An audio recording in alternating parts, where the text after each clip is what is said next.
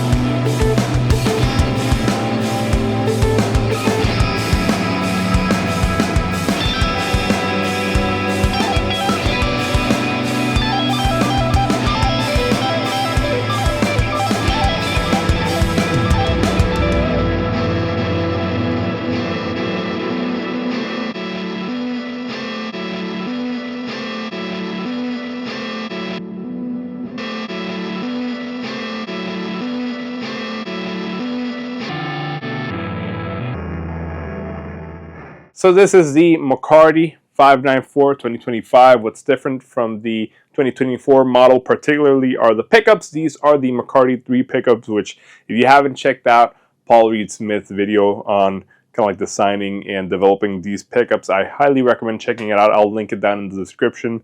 It's a really interesting watch for sure. Now, I've played a lot of guitars. I've had a couple different PRSs here in this channel, and the McCarty 3 are definitely some of my favorite pickups. If I could buy a pair of them to put them on some of my other guitars, I quite frankly would. If not, I'm gonna at some point have to buy one of these because this is insane. Blue is also my favorite color, so it's kind of tempting. This is actually also not a 10 top like the other one, like the other McCarty we had on this channel. This is just a figure top, and it looks just as great as any 10 top.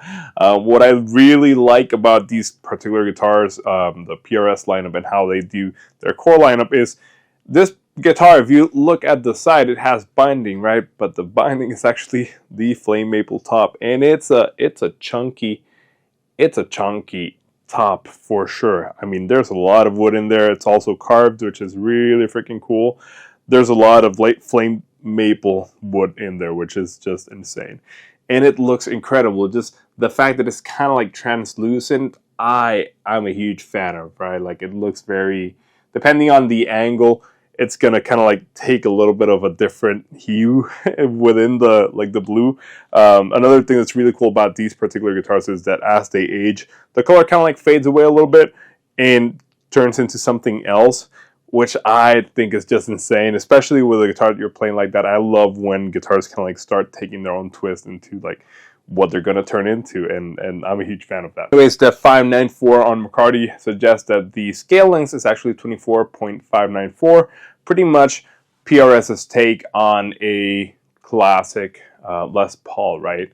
That's pretty much kind of like what the heart and soul of this guitar is based out of, like what he would have done if he was building those guitars back then.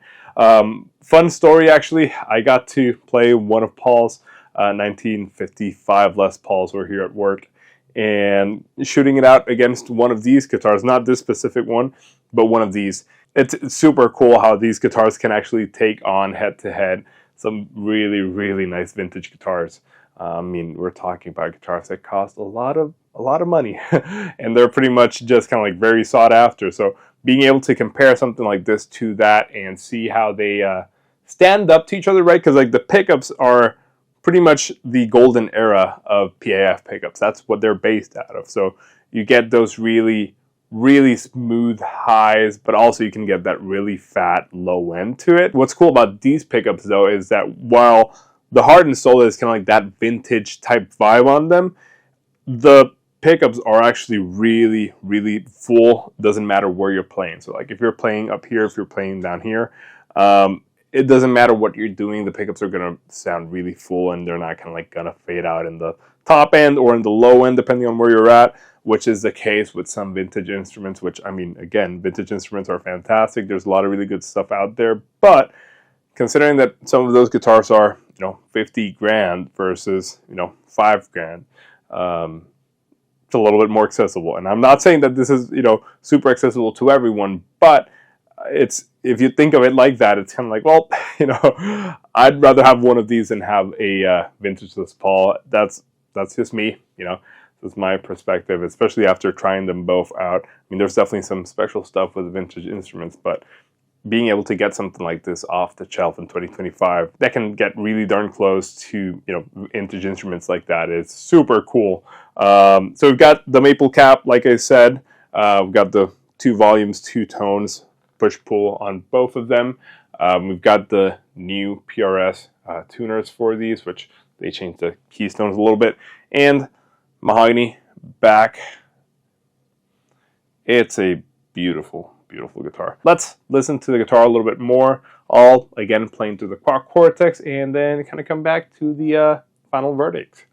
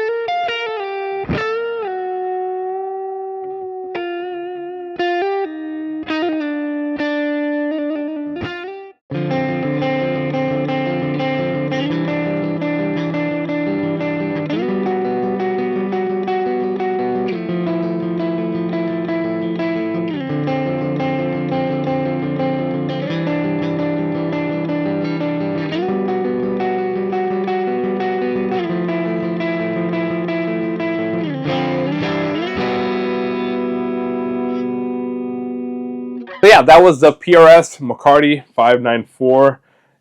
And I want to say this is whale blue or faded jean blue. I always confuse the two because sometimes they look very similar. But yeah, let me know what you think. If you have one, if you had experiences with one, please let me know. What you think down in the comments below. I am blown away every time that I play a McCarty. I'm like, oh my god, I need a McCarty, and I really need to get one. These are freaking awesome. They're fantastic guitars. They play incredibly well. Yeah, this is kind of like a fantastic instrument. At some point I should definitely get one of these because it's easily one of the best guitar models that I've ever played. The McCarty in general, I think they're all freaking awesome, and I mean, I'm a huge fan of blue. Blue is my favorite color, so yeah, this is just super, super sweet. Anyways, if you like this kind of video format, do consider subscribing down below and liking, sharing, commenting, all that kind of jazz. It does help more than you think. And hopefully, I'll see you guys in the next video.